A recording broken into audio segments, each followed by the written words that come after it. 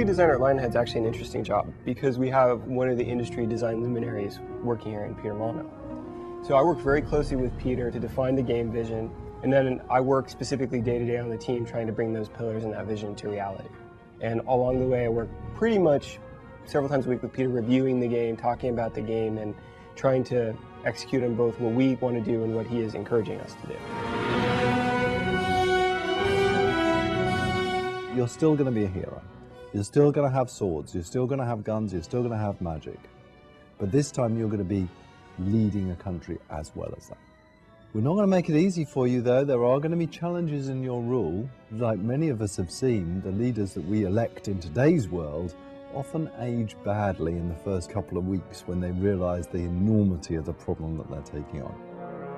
We have always been a game that tries to be fairly accessible and something that hits a broader audience.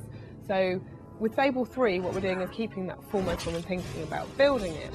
But those that are long-term Fable fans won't be disappointed. Everything that they've loved about the Fable franchise will still be there. A role-playing game is all about, this is me playing the role of a hero and a king or a queen. It's really about not getting rid of every element of an RPG, but certainly making it something that people who aren't interested in that side of things will still enjoy. New technology in Fable 3, I think the main thing for me is Simon nodding in the background. The tools are actually a bit slower at the moment, so probably wouldn't want to talk about that. We've got a real issue with that. Move on. Obviously, with Fable 2, we had a stable code base to work from, so we've mostly been working on new cool things to go and put into the game. One of the things that people have come to expect from Fable is innovation.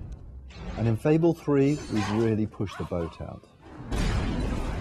We've totally looked at the morph system, thrown it all away and started again.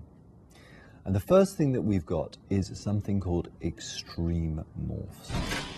Now these extreme morphs are on an expression. So you're walking along and someone just upsets you. You can press this expression and out of your back appears these huge angel wings. A shaft of light comes down and shines on you. Everyone around you steps back and, oh my goodness, there you're showing your true character off. Aggressive, mild, stern. We've got hot syncing in the tools now, so all the artists can edit a texture and pop it into the game immediately just by hitting a button, and it never works. It never fails, obviously. Can I redo that bit? Never works. Never works. That's a Freudian slip. There's another thing which I think we could use for morphing, which is really interesting, which I've never seen before. And that is the weapon that you use. Why not have weapons change as you use them, that adapt themselves visually to your combat style and to your alignment? So imagine, how do you make the evil sword of ages? You make it by using it in an evil way. And as you use it, as you kill innocent victims, so you will see it glow and drip with blood all the time. I want everybody in the world to have unique weapons. As we teach you our new way of doing weapon customization, we need to think about how we teach that to the player, making sure that every facet of it makes sense, is clear, is understandable, isn't too complicated, but is deep enough, and all of that is very hard, very challenging, but it's also very fun. More excitingly is with the lighting system. In Fable 2, I think, to generate the lighting for all the levels took a bank of 6 very, very powerful machines, 7 days to generate all the lighting for everything. Today we've got a bank of 1 machine which generates all the levels in 5 hours, which is a lot better.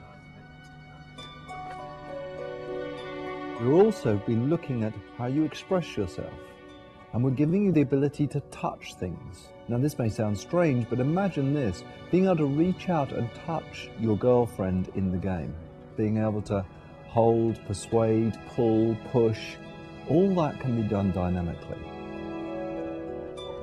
There is a fantastic amount of fighting and great combat and a really swift, pacey storyline, which is really engaging and really snappy. Fable 3 is going to be a damn good adventure.